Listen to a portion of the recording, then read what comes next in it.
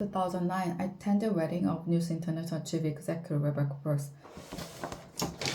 The ceremony took place by a lake at a country estate. I stood next to TV presenter Piers Morgan, while Paul Deck, the Daily Mail editor, was a few years away. And then, Rupert Murdoch was closer to the action. David Cameron on back of the slope. Gordon Brown, then Prime Minister, arrived late with all eyes turning to him as he walked down to the lake. At the reception, I had a brief conversation with Mr. Cameron. I said I hoped he would not win upcoming election, but that if he did and he wanted to act to improve, if we wanted to act to improve political debate and standard in the press, I would support him. For some time, the journalist in me had known that the relationship between politics and the media was not serving the public.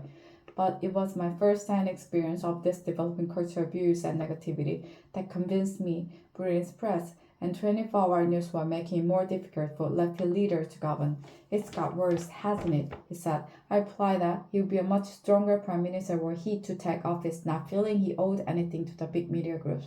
At that point, Mr. Murdoch joined us, and we changed the subject. Perhaps we should not have done so. But that we did, however, illustrated something of the dishonesty at the heart of what are essentially political and commercial relationship.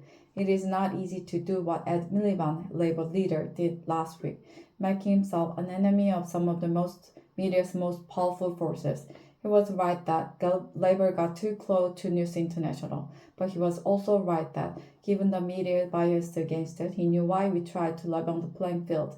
In my own defense, and as my diary show, I argued for some years with Tony Blair that we needed to act on the culture of our media. At one point, he ticked me off, asking that I not make views so obvious in front of Mr. Murdoch, his son James, and Lexington, then chief executive of News International. Ultimately, Mr. Blair thought the press had become a problem, but that given all our other priorities, people would not understand our taking them on. He also thought it would look like revenge for the fact they had turned against it. And there were political considerations too. Trying to govern and win election is hard enough without the press being against you.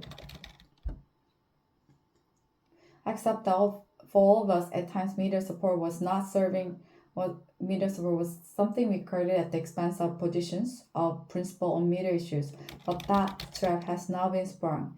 The latest revelation have forced the police, News International, and the government to act. The police will now be more vigorous. News International will continue with their kamikaze crisis management, which one day will be studied as a textbook case of how not to do it. But the most important development at the Prime Minister during inquest into press practices and a new system of regulation. These mean we now have once-in-a-generation opportunity for a new settlement between politics, the media, and the public. Nobody can argue that we have the press we deserve. Pressured by technological change, a dominant strain of Britain's media has gone into a spiral of decline, in which this scandal is only the most dramatic development. Mr. Cameron did not look comfortable announcing the reviews. He has personal relationship at stake, and given he hired Andy Coulson as his communications director, his judgment is too. Already the backlash from part of press has begun as they seek to maintain that anything but two slip cycle regulation is an assault on a free press. But Mr. Cameron must stand back from all of that and ask himself, what is the right thing to do? He did some of it last Friday. The judicial inquiry should be far-reaching. The news of the world is far from alone in the use of dubious and legal practices, as widely ignored reports from the Information Commissioner have shown. Part of Britain's media reminds me of the trade union before Mrs. Thatcher. They feel untouchable. As I say above, Labour could and should have done more to deal with the fairy beast. But just as the MP's expenses scandal emerged from the failure of Mrs. Thatcher's government to tackle MP's salaries, so the system by which she showered honours on editors and owners, a practice to which we put an end with a rule that no serving editor could be honoured, means she too has something to answer for. Whatever the past, it is Mr. Cameron who must lead the country to a better place. Mr. Miliband has shown himself capable of playing a good and principled part, and so should the public. Ultimately, political debate will only improve if the public want it to. If they channel the anger at recent event into an assessment of what kind of papers they read, whether they really want to live on a diet of celebrity, trivia, and negativity and abuse, to coin a phrase, we are all in this together.